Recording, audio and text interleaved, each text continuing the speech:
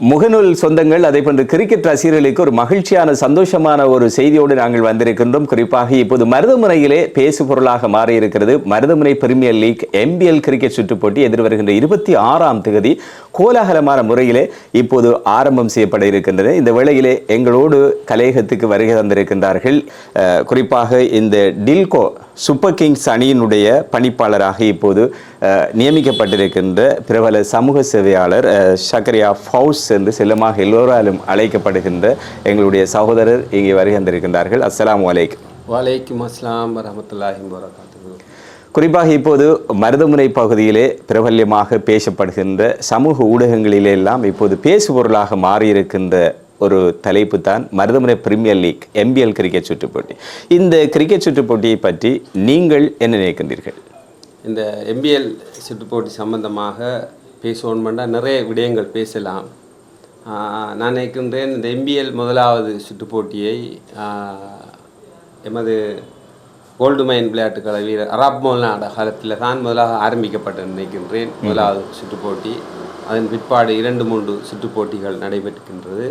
இது எல்லாத்தையும் விட இந்த MBL ஒரு ஒரு வித்தியாசமான ஒரு போட்டியாக காணக்கூடிய இருக்கின்றது. ஏனென்றால் MBL தொடர்கள் அக்கரைப்பத்து, அட்டாளச்சேனை, கல்முனை, மருதமுனை, நெற்பட்டிமுனை இவ்வாறான பிரதேசத்தில் இடம்பெறும் போது மருதமுனையில் இடம்பெறும் MBL மிகவும் ஒரு வித்தியாசமான ஏலம் நடைபெற்றது. அது மட்டுமல்ல, வீரர்கள் மிகவும் திறமையான வீரர்கள் ஒவ்வொரு அணியிலும் இடம்பெறுகின்றார்கள். மருதமுனை கிரிக்கெட் கட்டுப்பாட்டு சபையின் தலைவர், செயலாளர் போன்றவர்கள் இந்த MBL விடயத்தில் ஒரு குழுவாக ஏனைய கழகங்களின் நிர்வாகங்கள் தெரிவு செய்யப்பட்டு மிகவும் ஒரு வித்தியாசமான முறையில் பல ஸ்பான்சர்கள் அழைக்கப்பட்டு ஒரு எந்த கிட்டத்தட்ட இன்றைக்கி ஒரு 45-46 வயசில் இப்படியான ஒரு முதலாவது ஒரு MBL மிகவும் ஒரு வித்தியாசமான MBL விடயத்தை மனாசின் தலைமையில் எனக்கு காணக்கூடியதாக இருக்கின்றது. மருதமுனையுடைய கிரிக்கெட் கட்டுப்பாட்டு சங்கத்தோடு இணைந்ததாக ஒரு முதலாவது MBL சுற்றுப் போட்டியாக இந்த சுற்றுப் போட்டி இடம்பெற இருக்கின்றன. 8 அணிகள், பரபரப்பான 32 போட்டிகள் இடம்பெற இருக்கின்றன. 150க்கும் மேற்பட்ட மருதமுனையுடைய கிரிக்கெட் வீரர்களுக்கு ஒரு மகுடம் சூடுகின்ற ஒரு திருவிழாவாக இந்த MBL சுற்றுப் போட்டி ஆரம்பம் செய்யப்பட இருக்கின்றன. ஆரம்ப நிகழ்வுகள் கோலாகலமான முறையில் இடம்பெறுவதற்குரிய சகல ஏற்பாடுகளும் இப்போது இடம்பெற்றுக் கொண்டிருக்கின்றன. குறிப்பாக ஷக்கரியா ஃபவுஸ் அவர்கள், நீங்கள் இந்த சமூகத்திலே விளையாட்டாக இருக்கலாம், கல்வியாக இருக்கலாம், ஏனைய துறைகளாக இருக்கலாம், எதுவாக இருந்தாலும் உங்களுடைய பணி அல்லது பங்களிப்பு என்பது ஒரு பெருமானம் உள்ளதாக இருக்கிறது. மருதமுனையுடைய சுனாமி யங்கர்ஸ் அணியினுடைய ஆரம்பகால அதனுடைய ஸ்தாபக தலைவராக இருக்கின்ற நீங்கள் இப்போது டில்கோ சூப்பர் கிங்ஸ் அணியினுடைய பணிப்பாளராக நியமிக்கப்பட்டிருக்கின்றீர்கள். உண்மையிலே சுனாமி யங்கர்ஸ் அணியினரும் இப்போது களத்திலே இந்த சுற்றுப் போட்டியிலே களமிறங்கியிருக்கிறார்கள். இதற்கிடையிலே நீங்கள் இந்த டில்கோ சூப்பர் கிங்ஸ் அணியினுடைய வெற்றிக்கு எப்படி செயற்பட இருக்கிறீர்கள்? உண்மையிலே சினாஸ், நேற்று சுனாமி யங்கர்ஸின் ஜேசி லான்ச் இடம்பெற்ற போது நீங்கள் வருகின்றீர்கள். நான் அவ்விடத்தில் சுனாமி யங்கர்ஸ் ஸ்தாபக தலைவர் என்ற வகையில் நான் வருகின்றேன். நீங்கள் கண்டேன். உண்மையிலே நல்ல ஒரு கேள்வி நீங்கள் கேட்கின்றேன். இது பலருக்கும் ஒரு ஒரு கொஞ்சம் சங்கடமாக இருக்கின்றது இந்த விடயம். சுனாமி யங்கர்ஸ் 2004ஆம் ஆண்டு ஆரம்பிக்கப்பட்டது. என்னுடைய தலைமையில் நான் தான் உருவாக்கப்பட்ட சுனாமி யங்கர்ஸ். அதுக்கு பிற்பாடு நிறைய கப்புகள், நிறைய விஷயங்கள். பதவி என்பது ஒரு ஆள் தக்க வைக்கின்ற விடயம் அல்ல, அதை எல்லோரும் பகிர்ந்து கொள்ள வேண்டும். அந்த வகையில் சுனாமி யங்கர்ஸ் இப்பொழுது சைட் சார் தலைமையில் என்னுடைய மருமான் அனோஜ் பிரதோஸ் அவர் ஓனராக இன்று சிறப்பாக வழிநடத்துகிறேன். நான் என்னுடைய நண்பன் நதீர் அவருடைய நான் டில்கோ விளையாட்டு கழகத்தில் நான் தலைவராக இருந்தவர். அதுக்கு பிற்பாடு சைட் சார் தலைவராக இருந்தவர். இது எங்கள் நண்பர் வட்டம். இதில் நாங்கள் எல்லோரும் ஒரு கழகமாக விளையாட இல்லாது, பலர் கூட 25-26 பிளேயர்கள் அடங்கப்பட்ட ஒரு 2 கழகங்கள். அதால் நாங்கள் இருவரும் டில்கோ சுனாமி யங்கர்ஸ் சென்று விளையாடு. இதில் வேறு எந்த நிபந்தனையும் இல்லை எங்கள்கிட்ட. இப்போது உங்களுடைய இந்த டில்கோ சூப்பர் கிங்ஸ் அணியினுடைய வீரர்கள் கொள்வனவு அண்மையிலே ஆக்ஷன் நிகழ்வு மிக பிரம்மாண்டமான முறையிலே மருதமுறை பொது நூலக மண்டபத்தில் இடம்பெற்றிருந்தது. உங்களுடைய இந்த டில்கோ சூப்பர் கிங்ஸ் அணியினரும் இந்த வீரர்களை கொள்வனவு செய்கின்ற விடயத்தை நாங்கள் அங்கே நேரடியாக அறிவிப்பாளர் அந்த விடயங்களை ஏலம் விடுகின்ற போது நீங்கள் பெறுமதியான மீன்களை பிடிப்பதற்கு காத்திருப்பது போன்று உங்களுடைய அந்த இருப்பிடம் அமைந்திருந்தது. உங்களுடைய அணியினுடைய பலம் எந்தெந்த வீரர்களை நீங்கள் கொள்வனவு செய்திருக்கின்றீர்கள்? குறிப்பாக உங்களுடைய இந்த அணியிலே பந்து வீச்சு திறன் எப்படி இருக்கிறது? அதே போன்று பெட்டிங் சைட் எப்படி இருக்கிறது? சினாஸ் என்னென்றா இந்த விடயத்தில் எம்பிஎல் என்பது 24 கழகங்கள் மருதமுறையில் அடங்கப்படுகின்றது. அதில் பலரும் ஒவ்வொரு வீரர்களும் குறைந்தது ஒரு கழகத்தில் 8-9 கழகத்தில் உள்ள வீரர்கள் அடங்கப்படவில்லை. அதுதான் எம்பிஎல். தனிப்பட்ட 2-3 கழகங்களில் நண்பராக சேர்ந்து விளையாடுவது அது எம்பிஎல் அல்ல. அந்த வகையில் டில்கோவில் 11 கழகங்கள், 15 வீரர்கள், 11 கழகங்கள் அடங்குது அதுக்குள்ளே. அதில் வந்துக்கிட்டு நாங்கள் உண்மையிலே 2 கழகங்களில் மாத்திரம்தான் 3 பிளேயர்கள். மற்ற எல்லா கழகங்கள் ஒவ்வொரு வீரர்களாக நாங்கள் உண்மையிலே என்னவென்றால் முக்கியமான 3 வீரர்களை போல் தக்க வைத்தோம். அதில் கிங்ஸ்டனில் சனீர், பிரிஸ்பேனில் ரினோஸ், அதே போன்று எலைட்டில் மோஸ், இவர்கள் 3 தக்க வைத்து அதன் பிற்பாடு முக்கியமானவர்களை எடுக்க வேண்டும் என்று நாங்கள் ஆரம்பம் ஏலம் இடம்பெற்ற போது நாங்கள் எங்களுடைய பாயிண்ட்ஸை இலகுவாக இழக்கணும் நாங்கள் விரும்பவில்லை. முக்கியமான வீரர்களை நகர்த்த வேண்டும் என்று அந்த காய் நகத்தில் ஊடாக நாங்கள் எங்கள் டார்கெட் அடையக்கூடிய ஒவ்வொரு கழகத்திலும் இந்த வீரர்களை நாங்கள் பெருமதியாக கொஞ்சம் எங்களோட பாயிண்ட்ஸ்களை விட்டு கொடுத்து பெருமதியாக எங்களோட டார்கெட்டை அடைஞ்சோம். அந்த விடயத்தில் தான் நாங்கள் 11 கழகத்தில் 15 பேரை நாங்கள் ஆக்கி கொண்டோம். அதில் உண்மையிலே ஆல்ரவுண்டர்கள் அழைக்கப்படுகின்ற உண்மையிலே 5 பேர் நாங்கள் தெரிவு எடுக்கப்பட்டிருக்கின்றது. அதே போன்று பந்து வீச்சாளர்கள் ஒவ்வொரு கழகத்திலும் எடுக்கப்பட்டவர்கள் பந்து வீச்சாளர்கள், சிறப்பான பந்து தடுப்பாளர்கள், இவ்வாறான விடயங்களை கொண்ட வீரர்களை நாங்கள் தக்க வைத்திருக்கின்றோம். அது மட்டுமல்ல, நான் கிட்டத்தட்ட எனக்கு கிரிக்கெட் வாழ்க்கை ஒரு 25 வருடங்கள். நான் 20 வருஷம் பிரிஸ்பனில் கேப்டன் இருந்திருக்கின்றேன். 20 வருஷம் சுனாமி அங்கஸில் இருந்திருக்கின்றேன். இன்று பிரிஸ்பன் விளையாட்டுக் கழகத்தின் நிர்வாக தலைவராக இருக்கின்றேன். அந்த வகையில் எனக்கு இந்த டில்கோவை எவ்வாறு இந்த கொண்டு இந்த எம்பிஎல்லில் அதுக்குரிய டார்கெட்டை அடையணும் என்று நோக்கங்கள் முன்னேறிக்கொண்டே போகின்றது. நாங்கள் நேற்று மசூர்மல்லா மைதானத்தில் ஒரு சினேபுர போட்டிகள் 3 போட்டிகள் விளையாடினோம். அதில் 2 போட்டிகளில் ஒரு போட்டியில் சமநிலை அடைந்தது, ஒன்றில் ஆளுக்கு 1 வெற்றியை பெற்றோம்.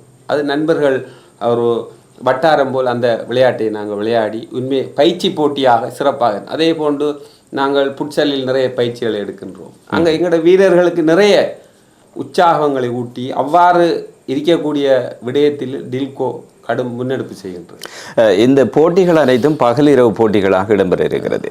குறிப்பாக நீங்கள் டில்கோ சூப்பர் கிங்ஸ் அணியினருக்கு இந்த மைதானம் வாய்ப்பாக இருப்பது பகல் வேளையா இல்லை இரவு வேளையா? நீங்கள் அப்படி அந்த எந்த நிலைமையில் அந்த போட்டியிலே வெற்றி பெறுவதற்கான வாய்ப்புகள் இருக்கிறது?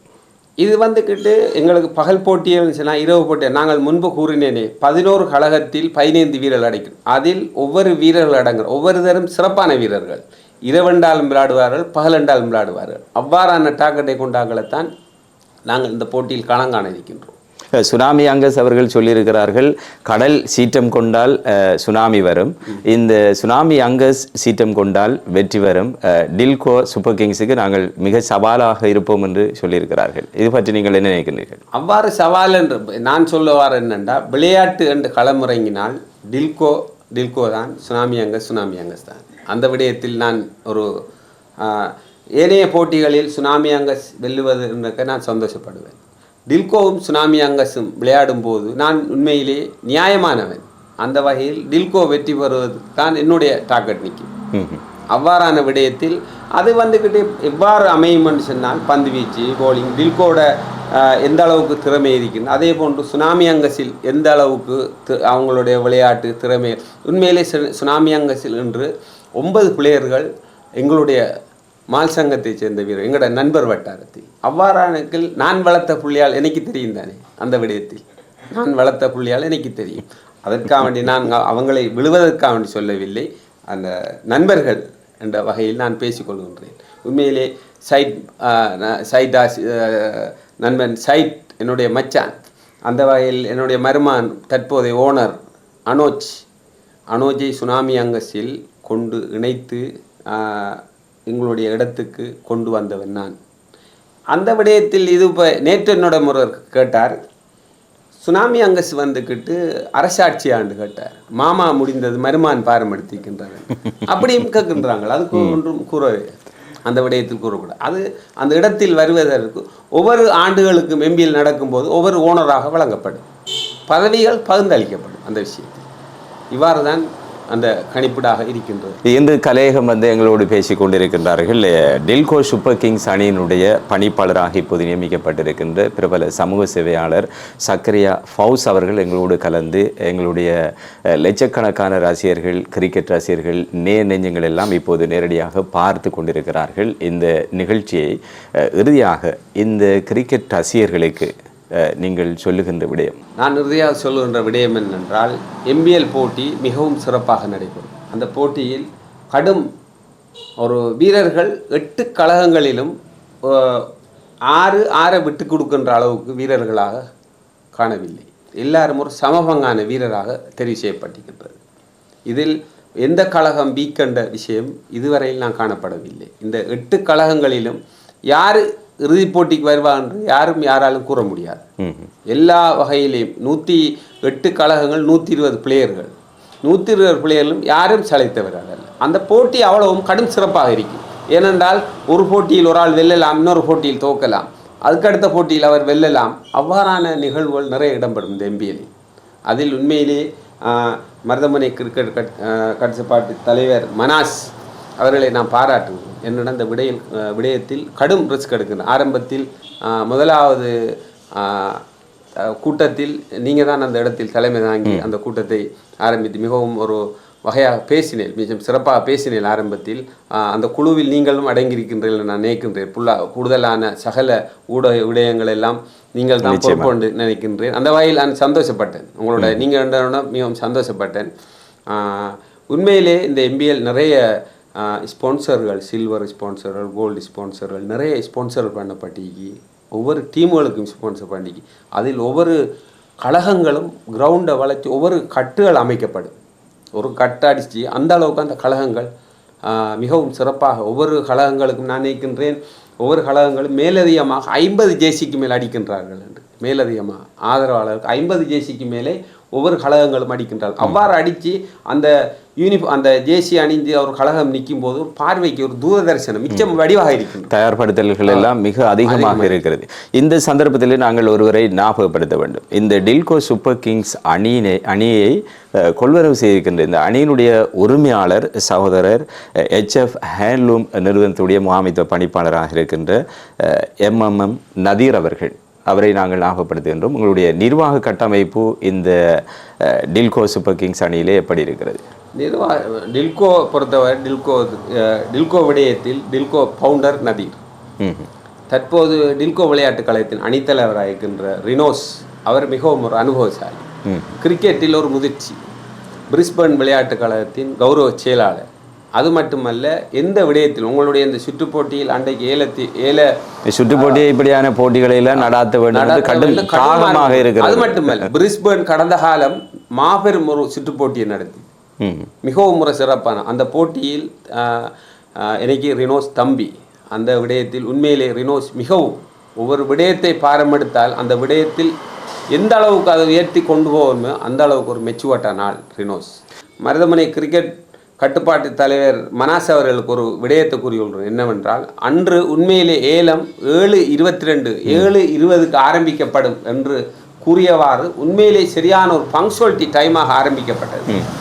7:20 ஆரம்பிக்கப்பட்டது. பங்க்சுவாலிட்டி என்ற விடயத்தில் உண்மையிலே மனாஸில் நான் கண்டேன். அந்த விஷயத்தில் இந்த வேளையிலே எங்களோடு இணைந்திருக்கின்ற சகரியா ஃபவுஸ் அவர்களே, குறிப்பாக எங்களுடைய கிரிக்கெட் ரசிகர்களுக்கு நாங்கள் இன்னொரு விடயத்தை ஞாபகப்படுத்தி கொண்டு இந்த நேரலையை நாங்கள் நிறைவு செய்கின்ற நேரம் வந்திருக்கிறது.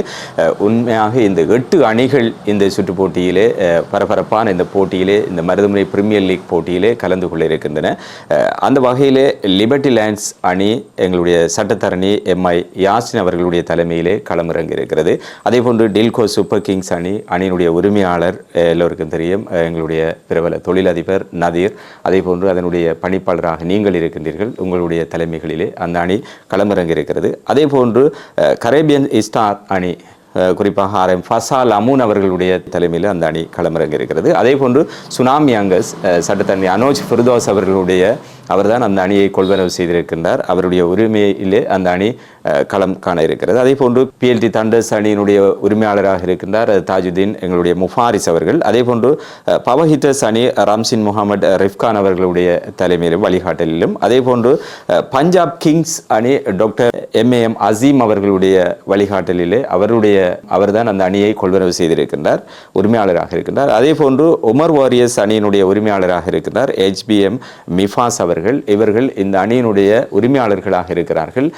பலத்த எதிர்பார்ப்போடு கிரிக்கெட் ரசிகர்கள் இந்த போட்டியை எதிர்பார்த்திருக்கின்றார்கள். மருதமுனையுடைய வரலாற்றிலே கிரிக்கெட் ரசிகர்களை இன்னொரு பக்கம் திசை திருப்பியிருக்கின்ற ஒரு பிரம்மாண்டமான போட்டியாக இந்த மருதமுனை MBL சுற்றுப் போட்டி இடம்பெறும் என ஆவலோடு எதிர்பார்த்திருக்கின்றார்கள். இந்த வேளையிலே எங்களுடைய கலையகம் வந்து இந்த நிகழ்விலே கலந்து சிறப்பித்த எங்களுடைய டில்கோ சூப்பர் கிங்ஸ் அணியினுடைய கௌரவ பணிப்பாளராக இருக்கின்ற பிரபல சமூக சேவையாளர் சகரியா ஃபவுஸ், உங்களுக்கும் நாங்கள் எங்களுடைய வாழ்த்துக்களையும் பாராட்டுக்களையும் தெரிவித்துக் கொள்கின்றோம். இறுதியாக உண்மையிலே இந்த போட்டி அனைத்து போட்டிகளும் சிறப்பாக நடைபெற வேண்டும் என்று நான் இறைவனிடம் துவா கேட்டுக்கொள்கின்றேன். உண்மையிலே இந்த இடத்துக்கு என்னை அழைத்ததற்கு சினாஸ் அவர்களுக்கும் நன்றியை தெரிவித்தது, AD நியூஸ் சத்தாரம் முஜீப் அவர்களுக்கும், உங்களுடைய திரும்ப முதாகத்தில் TM நியூஸ் சினாஸ் அவர்களுக்கு நான் மனமார்ந்த நன்றியை தெரிவித்துக் கொள்கிறேன். நன்றி. உங்களுக்கும் எங்களுடைய வாழ்த்துக்கள், பாராட்டுகள்.